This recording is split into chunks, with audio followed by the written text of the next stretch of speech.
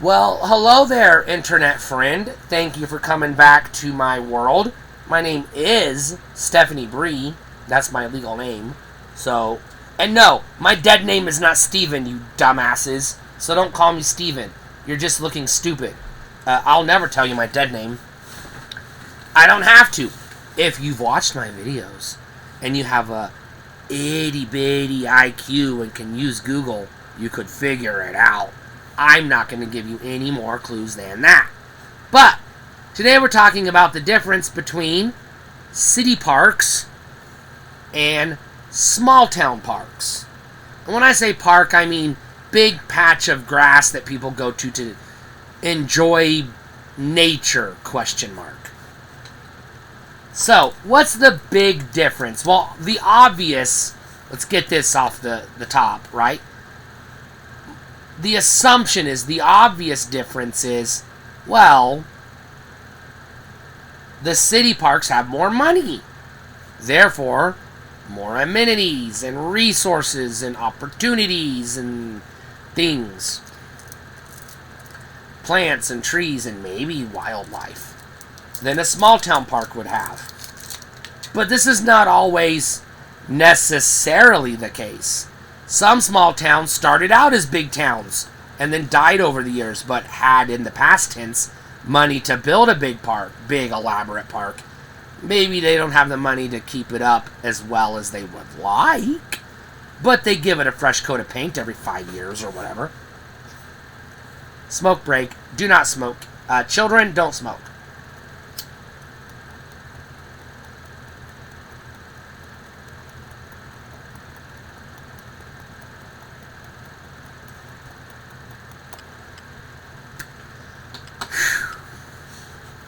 Alright, so, I'm bipolar.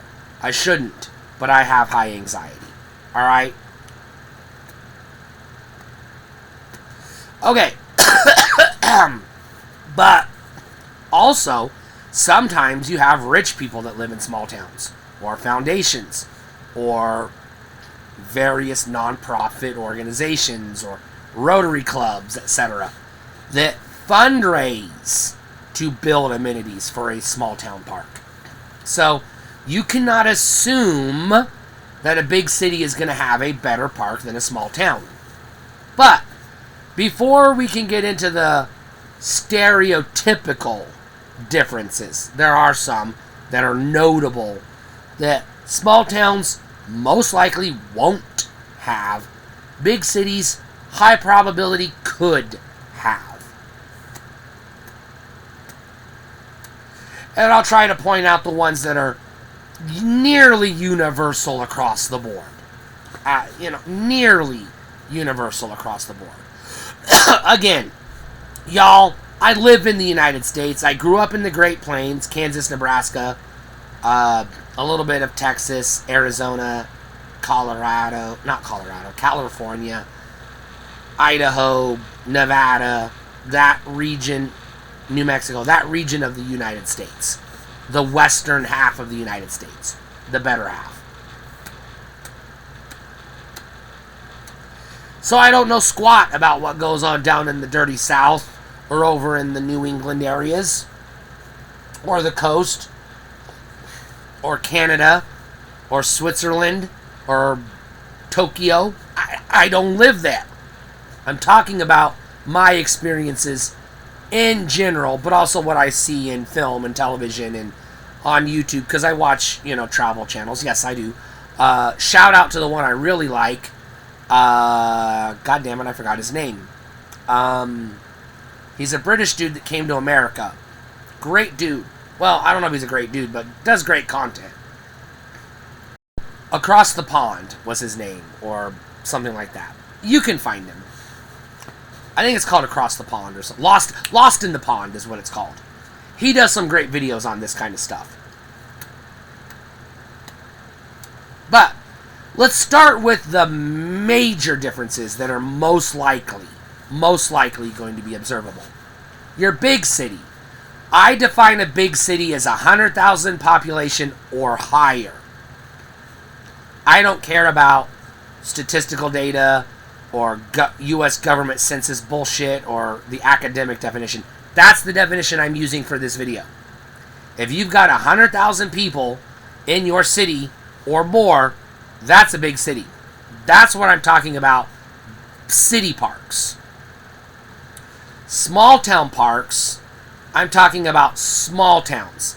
This is any town with a population below 18,000 people. It's a little arbitrary, but I think once you get over 19,000, you have entered city. You're no longer small town. You're now a city.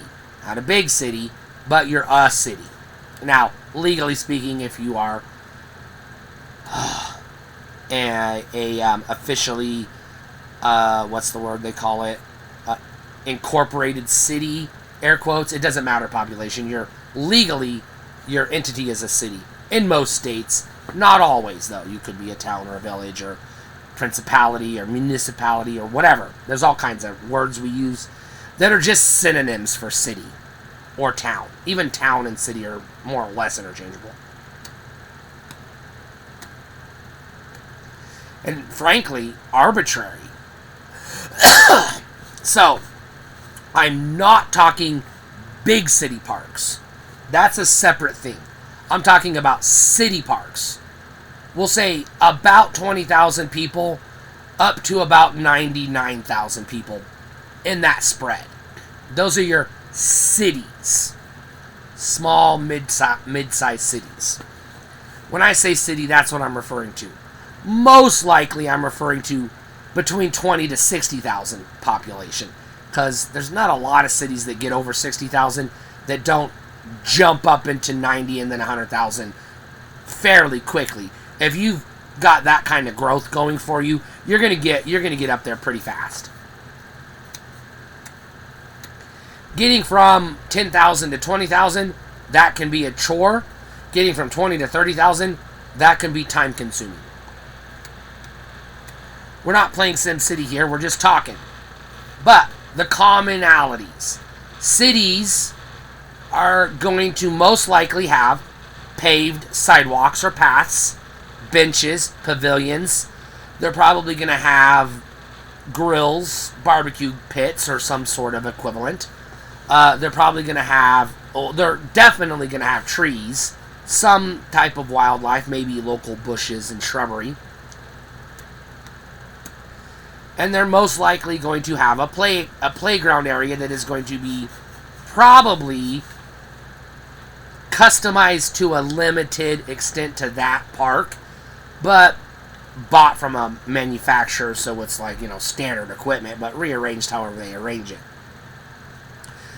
You're going to have, like, the big tic-tac-toe board that the kids roll, the big plastic Tonka-looking play school thing. And you're going to have slides and teeter-totters and monkey bars and jungle gyms and obstacle courses. And you're going to have sandboxes. You're probably going to have merry-go-rounds. You're probably going to have, some type of monument-type thing. That a statue or a local artifact preserved in a type of statue-esque type monument thing somewhere to represent the local history, culture of that community. Your small towns, on the other hand, you may or may not have a pavilion. Let's put that down as optional. You're most likely going to have a swing set, probably 4 swings at most, and then a kiddie swing, which will be 1 or 2 for the babies. You're probably very high probability, almost universal, I would guarantee, damn near universal, probably universal, a sandbox, probably universal, 1 or 2 teeter-totters, 1 or 2 slides, maybe a single monkey bar, maybe a single jungle gym, probably, most likely, a merry-go-round. Jungle gym would be optional. Monkey bar, high probability. The playground area, the little playground equipment that I described that the cities have, not very likely. You may have some wooden metal combination thing that a local contractor built, but it's going to be like bare bones. a slide, maybe a monkey bar, a fire pole, maybe a little wobbly wooden rope bridge or something. Not much. Not very fancy. Probably not manufactured. Built on the absolute cheap. Probably volunteer labor and somebody donated the materials. The local hardware store or lumber yard or whoever. Or maybe just Farmer Joe because he wants to take his kids to town to play in the park. I don't know. But that's like most likely. You're very unlikely to have paved paths, if you have paths at all. You're going to have grass in a handful. 1, 2, 3, 4, maybe 5 trees at most. Not a lot of trees. You don't have the money to grow trees. It takes forever to grow trees. You can't plant a lot of trees because you don't have a lot of space. You might have a bench or 2 or 3 at most. Maybe you build benches into or around the trees. I've seen one park that did that, Miltonville, Kansas. For the love of God, if you're in Kansas, please drive by Miltonville and just take a picture and share it with me. I just want somebody out there that has been to Miltonville to prove that it does exist and I didn't imagine it. I know there's probably less than 1,000 people left in the world that has ever heard of Miltonville. That's an exaggeration. Realistically, about 10,000 people on the planet Earth probably have at least heard the word Miltonville, including y'all watching this. But anyways, alright. And that's about it. You might, if you're in near a wooded area and not too far from a river or whatever, you might have a creek that runs through it. Some people call it a creek. I call it a creek because, you know, Midwestern, Great Plains dialect here coming out of my mouth for the most part. With a little bit of, you know, Pacific Northwest and some of the Idaho and Texas blended in because I spent a significant time in those states as well. But most of my dialect comes from the Great Plains Midwest area. Just so you know, as an FYI. In case I say crown and you don't know what a crown is. It's a piece of wax made by the Crayola company that you draw in a coloring book. It's called a crown. Not a crayon, not a crayon, not a crayon or whatever the fuck you say it. It's crown. Like the thing a king or queen puts on their head. Thank you very much. You can spell it wrong if you want, just like baloney is spelled wrong. My spell checker can never get it the, quote, correct way. So I just spell it the colloquial way. Because, you know, that's how we spell it, even though the dictionary might argue with us. I don't know. Baloney's a stupid word. Baloney's not even technically a thing. It's just a made-up word that applies to whatever we want to attach it to. Garbage meat. That's baloney. Anyways, alright. But, here we go. Now there are the could-be's at both, but not guaranteed. You could have a pavilion in a small town. You will most likely have one in a city. What's a pavilion? It's another word for amphitheater. We called it a pavilion. Y'all probably call it an amphitheater. I can't say that word. It's a big concrete dome with a stage on it that little kids put on plays in the summertime when they're in summer school or church camp or whatever, VBS or whatever. That's what a pavilion is. There will be some hard-ass wooden benches or concrete benches out front for people to sit on to watch the play. Or, you know, watch dumbass 6th graders ride their bikes off of the pavilion, because that's what me and my dumbass 6th grader friends used to do when we rode our bikes off the pavilion in Miltonville. Now, there are other structures that different people in other parts of the world will use the word pavilion to describe. You just got to take my word for it. That's the word we used. I don't give a fuck if it's the word you use. That's the word I use. So now you can politely, if you're so inclined, tell me what you called it. and then tell me what you call a pavilion. You may or may not, in a small town, may or may not have a gazebo. Not very likely. Cities also may or may not. A gazebo is optional in a city as well. Google gazebo. I don't know how to describe it.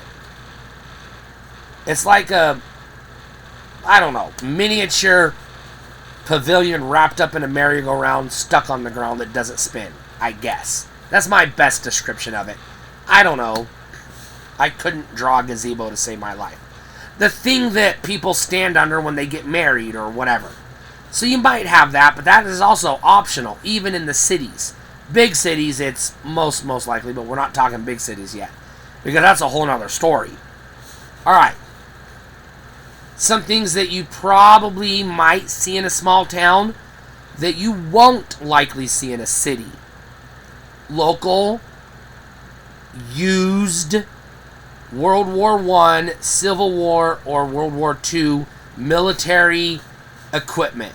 You might see a tank, or a cannon, or a plane that was operated by a local soldier at whatever conflict that device was used in, and a placard telling you, Marshal Billy Bob Thornton, Smith Mathers, flew this plane over Italy in World War II, dropping leaflets or whatever on this date.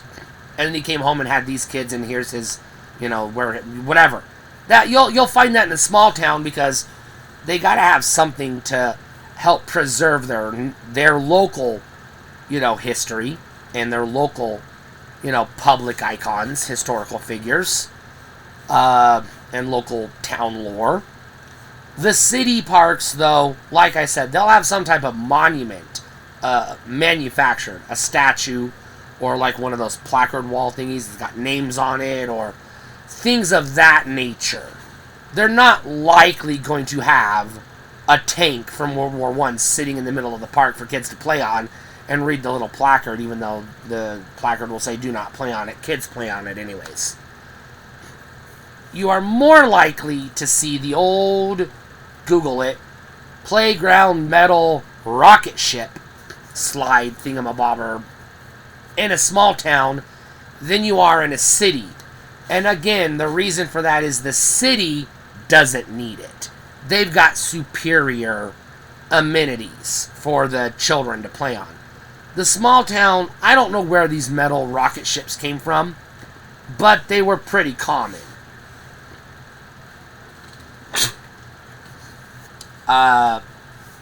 Again, most of them I saw in the small towns. The only one I ever vividly or vaguely remember seeing in a small city, I think they had one in one of the parks, I couldn't tell you which one, in Hastings, Nebraska. Don't Google Hastings, Nebraska. It's a dirt hole. If you drive by it, piss on anything you cross, just so that you mark your territory and say, I'm pissing on this shithole. Because that's what Hastings, Nebraska deserves. And I'm sorry if you live in Hastings, Nebraska. I am deeply, sincerely, truly, honest to God sorry. That town sucks. Except for Kool-Aid. We love Kool-Aid. But, you don't have to be in Hastings to get Kool-Aid. And I'm not sure where Dorothy Lynch comes from, but I'll give it to you, Nebraska. And thumbs up on the Runza. If you've never had a Runza, oh my God, you're missing out. Go to Nebraska when you get an opportunity and eat a Runza.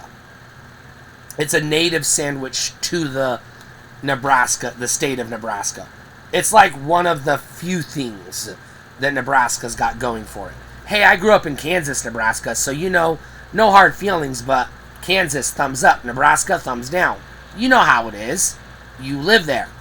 If you don't, well, that's how it is. Anyways, but in the small towns, even in Kansas, Texas, Nebraska, wherever I've been, they do more often than not, but again, it is still considered optional, the tractor tire. Now you're scratching your head. Why would a city park, or town park, small town park, why would a park that kids are going to go to, play on the merry-go-round and teeter-totter and slides, swings, monkey bars, etc. Why would it have a tractor tire? Well, you actually have two. You have one tractor tire that lays on the ground that's filled with sand. It's a very cheap, easy to acquire sandbox. But then you have the tractor tire that's upright. Now, how does the upright tractor tire work? Well, they dig a trench in the ground, stick the tire in just enough to bury the dirt on the bottom around it and pat it in to hold it in place, and kids can climb on it. It's like a rubber monkey bar, jungle gym, obstacle thing-o-bob. You start on this end, you climb up to the top, you go, I did it, or whatever your phrase is. May the force be with you. I don't care. And then you climb down the other side. You can sit in the inside of it if it hasn't rained in a month and it's dry, and you can just have peace, take a nap, I guess. Be careful of spiders, bees, snakes, and other, hostile vermin that may or may not be dangerous to humans. Be careful. But yeah. Now, your city parks, I mentioned the sandbox, right? A lot of you'll have a designated sandbox, usually railroad ties, big wooden railroad ties, in a square or a rectangle, filled with sand, dug out a little bit so the kids can dig and play. This will also most likely exist in one of two forms, which I've already mentioned. The tractor tire or the wooden box made out of railroad ties, usually, and, filled with sand. The swing set area will usually have sand, as well as the jungle gym area. Basically, anywhere that kids could fall, theoretically, there will be sand. Now, 95% of the time, I'm making this up, but I'm going to guess it's probably fairly accurate. The small town is going to use sand. The stuff you find at a beach. That Anakin Skywalker was bitching about from Tatooine when he went to Naboo. The coarse shit that gets everywhere. The cities, on the other hand, are going to use a sand substitute that is a rubbery, it's basically shredded, recycled tractor tires that have been shredded and all the wires have been plucked out, so that's very soft and kids can fall on it and not get hurt, but it's also not sand, so, it's not going to get everywhere, like Anakin said.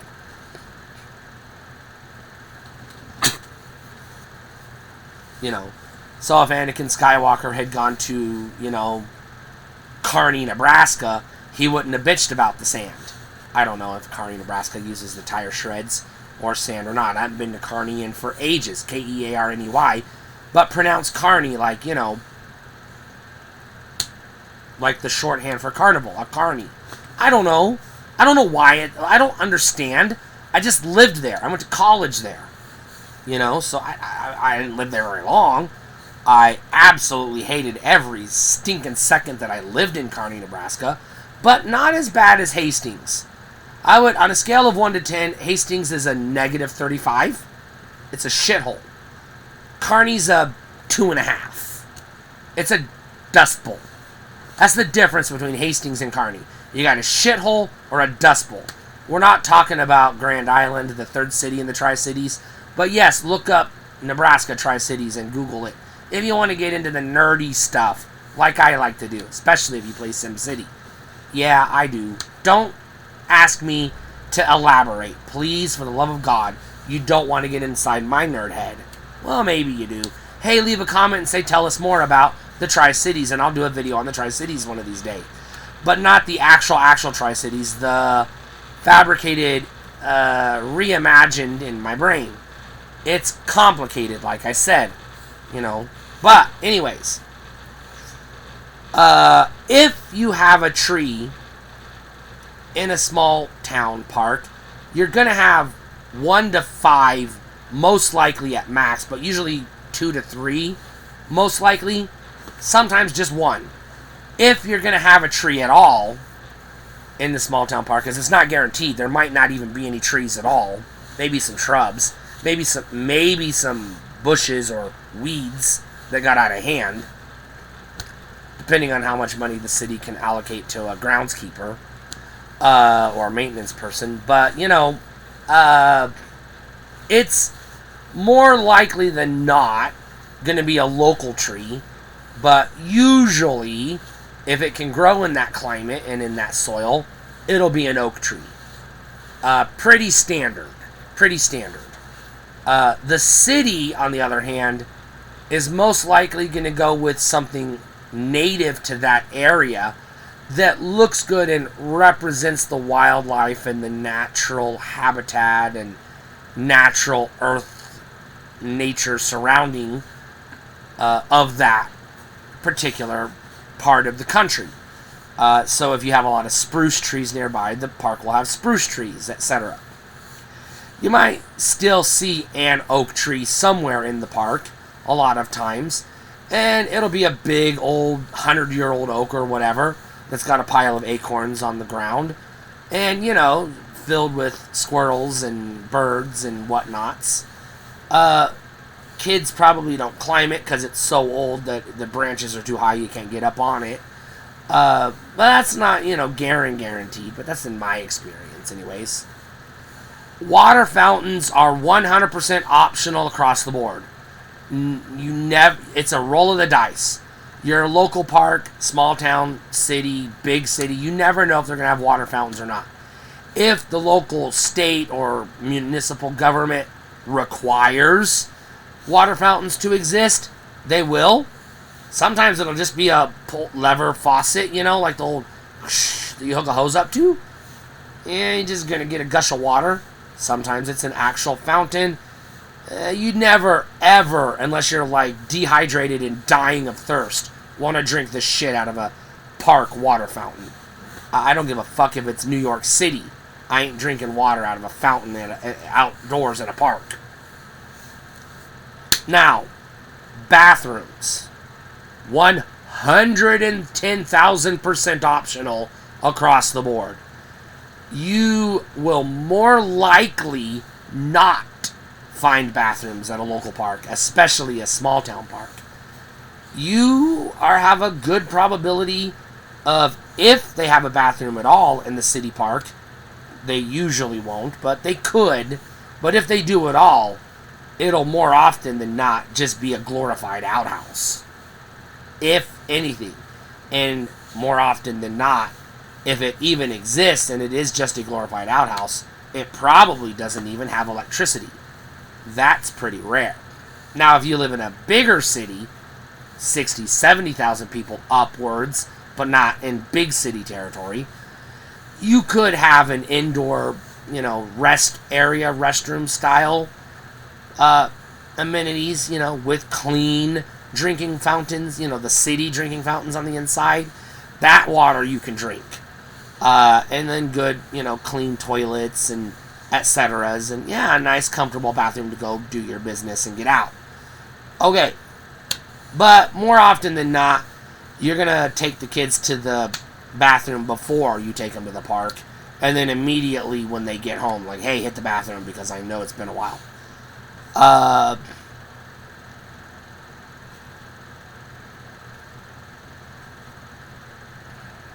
The picnic areas. Small towns, I'm going to call picnic areas not likely. Maybe a fire pit. Maybe one of those coal grill thingies that you can cook a hot dog on. You know what I'm talking about? Maybe one of those. If you're lucky. A bench nearby. Not guaranteed. The city, I would call it more guaranteed, especially the picnic table area. It'll be set on concrete, and it'll have a wooden roof, and it will have electricity that you have to pay the city extra when you reserve the space at the city place. To reserve it, get your name on it, have a permit to keep other bystander passerbys away and have a nice little picnic or family reunion or whatever, and then get some electricity for your TV or radio or iPod or iPhone or whatever you need the electricity for, if you need it at all. Your city parks will usually have as many of these picnic areas as the space and arrangement of the decor and theme of the park will allow or permit. So there's usually more than one, depending on the size of the park. And that's all I have to say. This video went way too long. Stay cool.